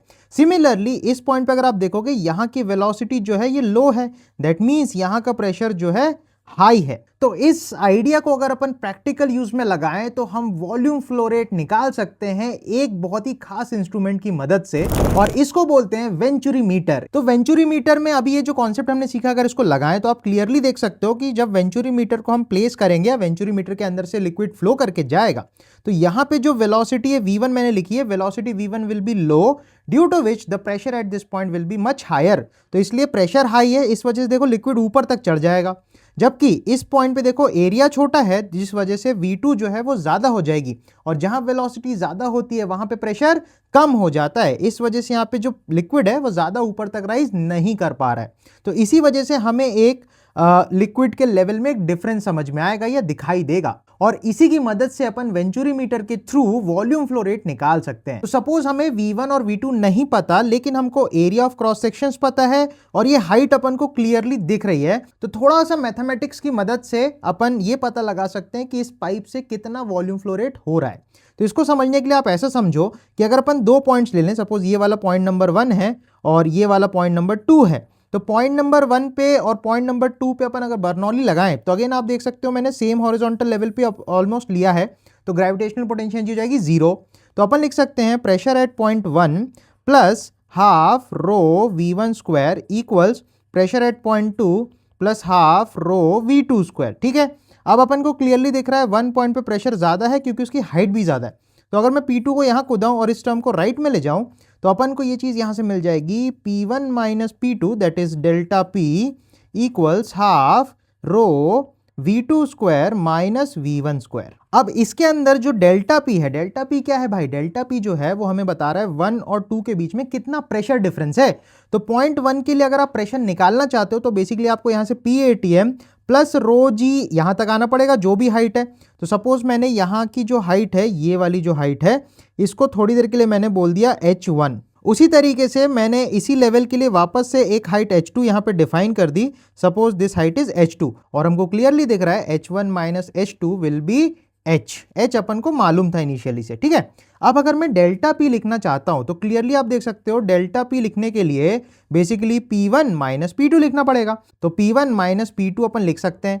अब यहाँ पे P1 अगर मुझे लिखना है तो वही वाली बात बोल रहा हूं, PATM plus rho g H1, और यहां के लिए आप लिखोगे PATM प्लस रो जी H2। तो अगर मैं लिखूं P1 that is PATM plus rho g H1 and P2 को मैं लिख सकता हूं PATM plus rho g h two. अब इन दोनों से अगर मैं डेल्टा पी निकालूँ, that is P1 minus P2 करूँ, तो आप क्लियरली देख सकते हैं ये दोनों टर्म्स कट जाएंगी और अपन को मिलेगा रो जी H1 माइनस H2, और H1 माइनस H2 की वैल्यू तो H है, तो यहाँ पे मैं इसको हटा के सिंपली रो जी एच लिख सकता हूँ। तो अगर मुझे pressure difference that is rho g h पता, डेंसिटी ऑफ द फ्लूइड हमको मालूम है, जी पता है और एच पता है, तो यहाँ पे डेल्टा पी में अगर ये टर्म अपन रखें तो हमको V2 minus V1, V2 square minus V1 square की वैल्यू मिल सकती है। एंड अगर हमें एरिया ऑफ क्रॉस सेक्शन मालूम है तो यहां से हम बता सकते हैं equation of continuity, that is A1 V1 equals A2 V2। तो capital A into V1 must be equal to small a into V2। अब आप थोड़ा सा मन की आंखों से इसको देखोगे तो आपको क्लियरली समझ में आएगा कि कंटिन्यूटी इक्वेशन और ये वाली इक्वेशन जो है ये दो इक्वेशन है और हमारे पास दो अननोन है। तो इसके थ्रू अपन वेंचुरी मीटर के सवालों को टैकल करते हैं। चलो फटाफट से एक जेईई मेंस में आया हुआ सवाल अपन ट्राई करते हैं। तो इस सवाल में जैसे बोल रहा है water flows in a horizontal tube, जैसा कि फिगर में दिया है, the pressure of water changes by 700 newton per metre square between A and B. तो अपन को डेल्टा पी दे रखा है, where area of cross sections are 40 centimetre square and 20 centimetre square. तो ए पॉइंट जो आप देख सकते हो बड़ा क्रॉस सेक्शनल एरिया है, वहां 40 सेंटीमीटर स्क्वायर एरिया है, और बी का जो एरिया है वो 20 सेंटीमीटर स्क्वायर है। तो बोल रहा है find the rate of flow of water through the tube. तो और डेंसिटी अपन को दिया है। Rate of flow basically A1 V1 को बोलता है। ए और बी पॉइंट के बीच में जो डेल्टा पी है वो अपन को 700 दे के रखा है, राइट। तो डेल्टा पी अगर पता, डेल्टा पी की वैल्यू अपने लिखा था half rho VB square minus VA square, सही बात। दूसरी बात अपन को VB और VA के साथ में इक्वेशन ऑफ कंटिन्यूटी है, तो कंटिन्यूटी इक्वेशन अपन लिख सकते हैं 40 into VA equals 20 into VB। तो यहां से अपन क्लियरली देख सकते हैं VB is equal to 2 times of VA। तो VB वाली जो वैल्यू है इसको उठा के अगर मैं यहां पुट कर दूं तो अपन को मिल सकता है 700 equals half density of water 10 की पावर 3 दे रखा है VB square minus VA square. तो VB को आप जब 2VA रखोगे तो 2VA का स्क्वायर बन जाएगा 4VA square minus VA square, तो -1 होके VA स्क्वायर अपन कॉमन ले सकते हैं। तो यहां से आप क्लियरली देख सकते हो 4 - 1 विल बी 3। तो अपन बोल सकते हैं 2 को अगर ऊपर फेंक के मारे और ये 3 को नीचे फेंक के मारे तो अपन सीधा सीधा लिख सकते हैं 7 2 ज़ा 14, तो ये बन जाएगा 1400 अपॉन 3 इंटू 10 की power 3, that will B VA का स्क्वायर। तो यहां से जब आप VA कैलकुलेट करोगे तो VA निकल के आती है 0.68 मीटर पर सेकेंड।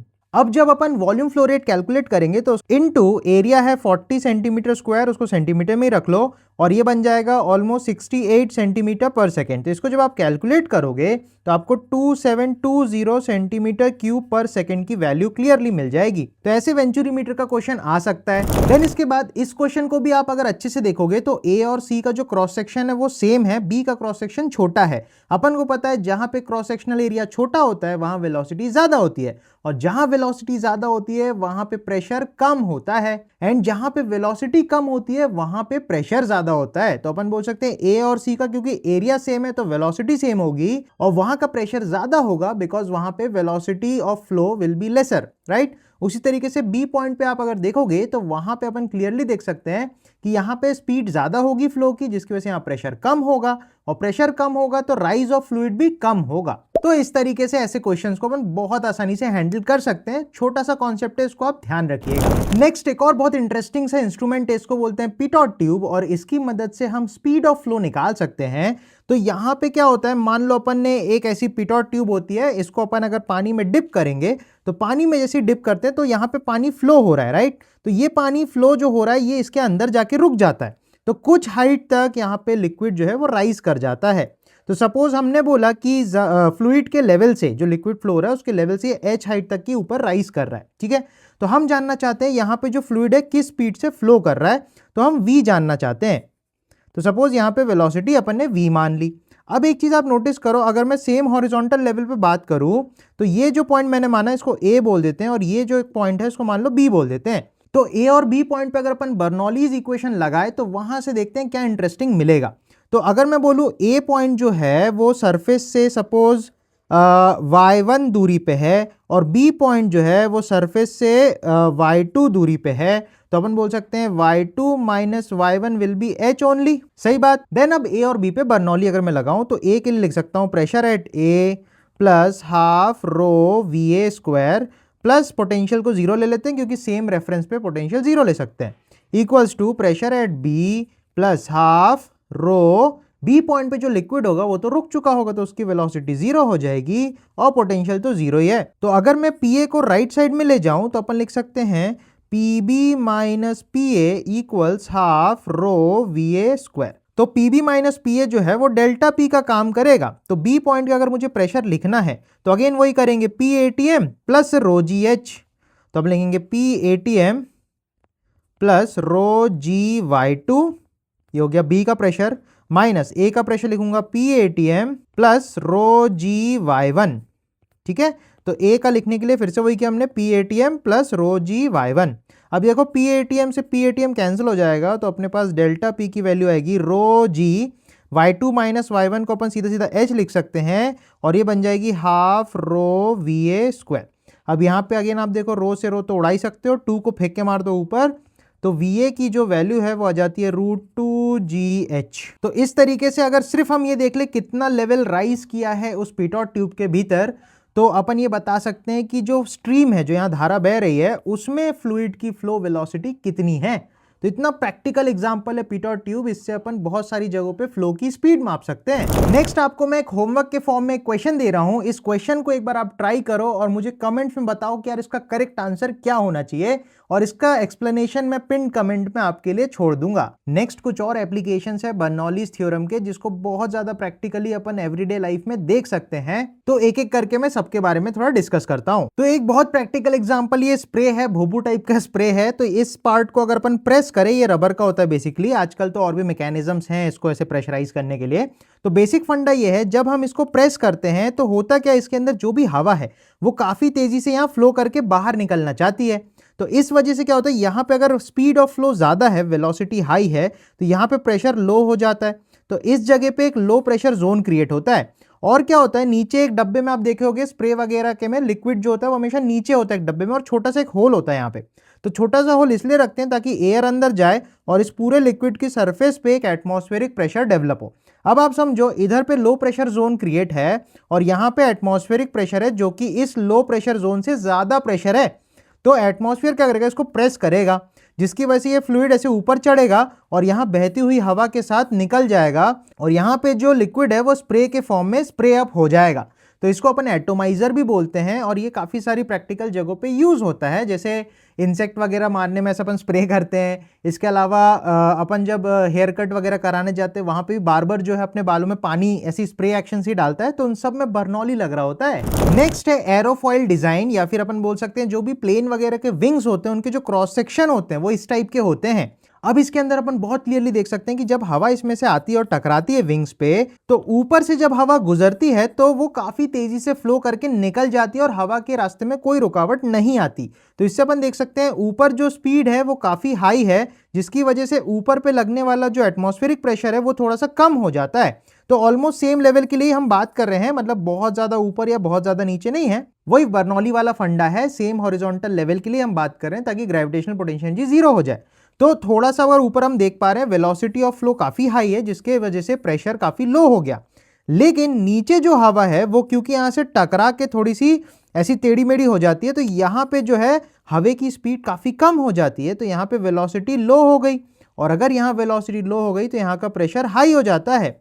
तो फ्लूइड का जो फ्लो है यहाँ पे कम हो गया, जिसकी वजह से हाई प्रेशर जोन क्रिएट हुआ। और हमको पता है जो फोर्स होती है वो हमेशा high pressure to low pressure की तरफ लगती है, और क्योंकि नीचे का प्रेशर हाई है तो अपन बोल सकते हैं यहाँ पे जो लगने वाली फोर्सेस हैं वो काफी ज्यादा है एज कंपेयर टू ऊपर से लगने वाली फोर्सेस। तो जो नेट फोर्स है इस विंग के ऊपर की डायरेक्शन में आता है, इसकी वजह से इस विंग को एक लिफ्ट मिलता है ऊपर की तरफ और ये विंग उड़ के ऊपर चला जाता है। इसी तरीके से हमारा प्लेन उड़ता है। अगेन एक जेईई 2024 में आया हुआ इसी से रिलेटेड सवाल अपन डिस्कस करते हैं, तो अपनी अंडरस्टैंडिंग और बेटर हो जाएगी। तो सवाल में जैसे बोल रहा है, in a test experiment on a model aeroplane in a wind tunnel the flow speeds on the upper and lower surface of the wing are 70 metre per second and 65 metre per second. ऊपर की surface पे 70 है और नीचे की surface पे 65 है। तो बोल रहा विंग का एरिया अगर 2 मीटर स्क्वायर है तो लिफ्ट ऑफ द विंग बताओ न्यूटन्स में, मतलब फोर्स पूछ रहा है अपन से। तो अगेन आप वही वाला फंडा समझो कि अगर एक विंग है तो उसके ऊपर जो हवा फ्लो कर रही है वो 70 की स्पीड से कर रही है, राइट, और नीचे जो हवा फ्लो कर रही है वो 65 की स्पीड से फ्लो कर रही है। तो अपन बोल सकते हैं इनके बीच में एक प्रेशर डिफरेंस बनेगा। तो अगेन अगर सेम हॉरिजॉन्टल लेवल के लिए अपन बर्नौलीज इक्वेशन लिखें तो ऊपर के पॉइंट को नंबर 1 बोल देता हूं, नीचे के पॉइंट को नंबर 2 बोल देता हूं। तो ऊपर वाले पॉइंट पे अपन लिख सकते हैं पी लो प्लस हाफ रो अपन को 1.2 दिया है इनटू वी स्क्वायर, और ग्रेविटेशनल पोटेंशियल एनर्जी अप्रोक्सीमेटली 0 ले लेते हैं क्योंकि हम रेफरेंस से बहुत ऊपर या बहुत नीचे नहीं जा रहे हैं, ठीक है। इक्वल्स टू नीचे का pressure p high plus half rho v square, सही बात है। तो अगर मैं यहां से पी लो को उस तरफ फेंकू और इस टर्म को इस तरफ बुला लूं तो अपन लिख सकते हैं हाफ इंटू 1.2 इंटू 70 का स्क्वायर माइनस 65 का स्क्वायर, इसको ब्रैकेट में कर लिया, और P high minus P low को मैं डेल्टा पी लिख सकता हूं। अब delta P is the pressure difference, pressure क्या होता है, फोर्स अपॉन एरिया, तो उसी तरीके से डेल्टा पी को अपन लिख सकते हैं फोर्स अपॉन एरिया। इसका एरिया देखो 2 मीटर स्क्वायर अपन को सवाल में दे रखा है।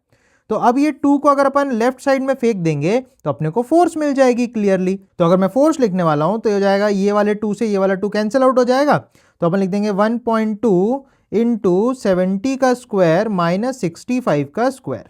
तो इसको अगर कैलकुलेट करें तो ये 810 न्यूटन का फोर्स आ जाएगा। तो देखो किस तरीके से प्लेन वाले क्वेश्चन भी बर्नौलीज थ्योरम से बहुत आसानी से सॉल्व किया जा सकता है। तो मैं आपसे रिक्वेस्ट करूंगा इस फंडे को बहुत बढ़िया तरीके से दिमाग में रखो, क्योंकि फ्लूइड मैकेनिक जो है ये काफी स्कोरिंग कॉन्सेप्ट है और बहुत सारे बच्चे इसको छोड़ देते हैं। तो आपने अगर इसको सीख लिया तो आप रेस में आगे हो जाओगे। नेक्स्ट प्रैक्टिकल एग्जांपल जो है इसको बोलते हैं मैग्नस इफेक्ट। तो इसमें क्या होता है, जैसे हमारे पास अगर कोई बॉल है, जैसे फुटबॉल वगैरह में काफी ज्यादा देखने को मिलता है, तो मैग्नस इफेक्ट ये बोलता है जब कोई बॉल मान लो घूम रही है, ये बॉल सपोज ऐसे घूम के जा रही है, ठीक है, और इधर से एयर चल के आ रही है, तो इसमें अपन ये बोल सकते हैं कि क्योंकि ये बॉल का निचला पार्ट ऐसे जा रहा है और एयर भी यहां से ऐसे जा रही है, तो एयर की स्पीड बॉल में चिपक के बढ़ जाती है। तो यहां पे जो एयर फ्लो हो रही होगी उसकी स्पीड हाई होगी, जिसकी वजह से यहां का प्रेशर लो हो जाएगा।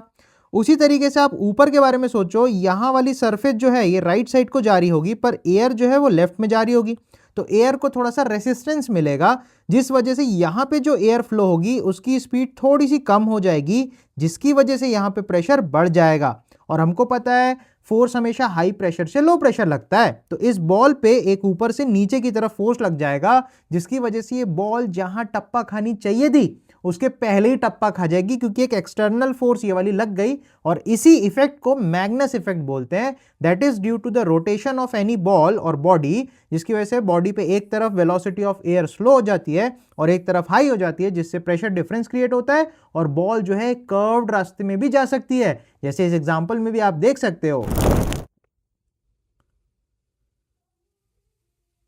ऐसे करके बर्नौली के बहुत सारे प्रैक्टिकल एप्लीकेशंस हैं, इनको थोड़ा सा केयरफुल रहना है, थोड़ी अंडरस्टैंडिंग बनानी है, तो कॉन्सेप्ट अपने तगड़े हो जाने हैं। तो फाइनली अपन अपने last section of fluid flow में आ जाते हैं, जिसमें हम फ्लो के बारे में और थोड़ी सी बातें करेंगे। जब भी फ्लूइड फ्लो करता है तो बेसिकली 2 टाइप्स ऑफ फ्लो होता है, उसमें से हमने एक ही टाइप को स्टडी किया इतने देर तक, that is laminar flow. 2 type के जो फ्लोज होते हैं, that is laminar flow and turbulent flow, ठीक है। लैमिनार फ्लो को ऐसे समझ सकते हो, जब किसी पाइप में या किसी भी जगह से जो फ्लो हो रहा है उसमें सारे पार्टिकल्स प्रॉपर, फ्लूइड के जितने पार्टिकल्स हैं वो सारे एक प्रॉपर लाइन में चलें, कोई एक दूसरे को डिस्टर्ब ना करे, आराम से सारे पार्टिकल्स चलते रहें, तो इसे लैमिनार फ्लो कहा जाता है। वेयर एज उसी पाइप में अगर हम सोचे कि बहुत ज्यादा आबड़ धाबड़ हो रहा है, जो लिक्विड है वो ऐसे आड़े टेढ़े जा रहे हैं, कोई भी कहीं भी जा रहा है, तो ऐसा जब कंडीशन बनता है, सारे पार्टिकल्स एक दूसरे से लड़ते भिड़ते जा रहे हैं, तो इसको अपन टर्बुलेंट फ्लो बोलते हैं। अब इसको आप ऐसे भी समझ सकते हो, घर में अपन जब अगरबत्ती लगाते हैं, राइट, तो उस अगरबत्ती से जब धुआं जाता है तो आप देखोगे अगरबत्ती से थोड़ा सा ऊपर जैसे जैसे धुआं उठता है तो ऑलमोस्ट वो स्ट्रेट लाइन में जाता है, लेकिन फिर ऊपर जाके बहुत हाबड़ दाबड़ हो जाता है। तो अपन क्लियरली यहां देख सकते हैं कि ये जो पोर्शन है this is the laminar flow, और ऊपर जो आबड़ दाबड़ हो गया उसको अपन बोलते हैं टर्बुलेंट फ्लो। तो जो बेसिकली फ्लो है, फ्लो ऑफ लिक्विड है, वो 2 वैरायटी के होते हैं, टर्बुलेंट एंड लैमिनार। अपने सिलेबस में लैमिनार ही था, तो जितने भी केसेस हमने पढ़े वो सब लैमिनार फ्लो से रिलेटेड थे। अब क्वेश्चन में ये भी आता है कि जो फ्लो है वो लैमिनार है कि टर्बुलेंट है, वो कैसे बताएं। तो उसके लिए एक साइंटिस्ट थे मिस्टर रेनॉल्ड्स, तो उन्होंने एक नंबर बताया, that is called the Reynolds number, जिससे हम फ्लो के बारे में ये बता सकते हैं कि फ्लो लैमिनार है या टर्बुलेंट है। तो जो रेनॉल्ड्स नंबर है उसको ऐसे डिफाइन किया जाता है, तो रेनॉल्ड्स नंबर एक नंबर होता है जिसके अंदर कुछ टर्म्स होती हैं, जैसे रो, वी, डी एंड ईटा। तो ईटा जो होता है इसके कोएफिशिएंट ऑफ विस्कोसिटी बोलते हैं, जिसके बारे में अपन पढ़ने वाले हैं आगे। नेक्स्ट डी जो होती है वो कैरेक्टरिस्टिक लेंथ कहलाती है, which is basically diameter of the pipe, इसको कैरेक्टरिस्टिक लेंथ भी बोलते हैं क्वेश्चंस में, तो थोड़ा ध्यान रखना। V for velocity of flow, किस स्पीड से जो फ्लूइड है वो फ्लो कर रहा है, और रो जो है वो डेंसिटी ऑफ द फ्लूइड कहलाता है। इसके अलावा कभी भी क्वेश्चन में अगर गलती से भी आपके सामने ऐसा क्वेश्चन आ जाए कि फ्लो जो है वो लैमिनार है या टर्बुलेंट है, अपन को बताना है, तो इसके लिए ध्यान रखना है रेनॉल्ड्स नंबर अगर 2000 से कम होता है तो वो लैमिनार फ्लो की कैटेगरी में आता है। अगर रेनॉल्ड्स नंबर आप कैलकुलेट करते हो और वो 3000 से ऊपर आता है तो वो टर्बुलेंट फ्लो की कैटेगरी में आता है। बहुत सारी बुक्स में मैंने देखा है कि प्रॉपर एक बाउंड्री सेट नहीं है, रेनॉल्ड्स नंबर थोड़ा ऊपर नीचे वेरी करता है, लाइक 2500 भी अगर हो तो भी लैमिनार हो सकता है, कुछ बुक्स में ऐसा ही बोलता है। तो एग्जैक्ट बाउंड्री इसमें डिफाइंड नहीं है। अगर क्वेश्चन में आए कि 2000 से 3000 में होगा तो क्या होगा, तो अपन बोलते हैं मिक्स्ड फ्लो होगा, will be a combination of laminar as well as turbulent. बाकी इस वैल्यूज को थोड़ा सा आप केयरफुली ध्यान रखो। सो इस वीडियो में इतना ही रखते हैं। इसके बाद एक और थर्ड पार्ट आएगा जिसमें अपन surface tension, capillarity, viscous force, इनके ऊपर काफी डिटेल में बात करेंगे। तो stay tune for that video, और चैनल को सब्सक्राइब नहीं किया तो यार डेफिनेटली से चैनल को सब्सक्राइब करना है। इसके अलावा कोई भी प्रॉब्लम हो, कोई भी कॉन्सेप्ट समझने में कोई भी दिक्कत आ रही हो तो कमेंट सेक्शन में जरूर से मेरे को बताओ, तो मैं आपकी ज्यादा बेटर तरीके से हेल्प कर पाऊंगा। Stay tune for the next video next week. तब तक टेक केयर। और डेली एक शॉर्ट मैं डालता हूं यूट्यूब पे जिसपे आपको बहुत अच्छे क्वेश्चन सॉल्विंग टेक्निक्स और कॉन्सेप्ट समझ में आएंगे। So stay tune and take care. Bye bye.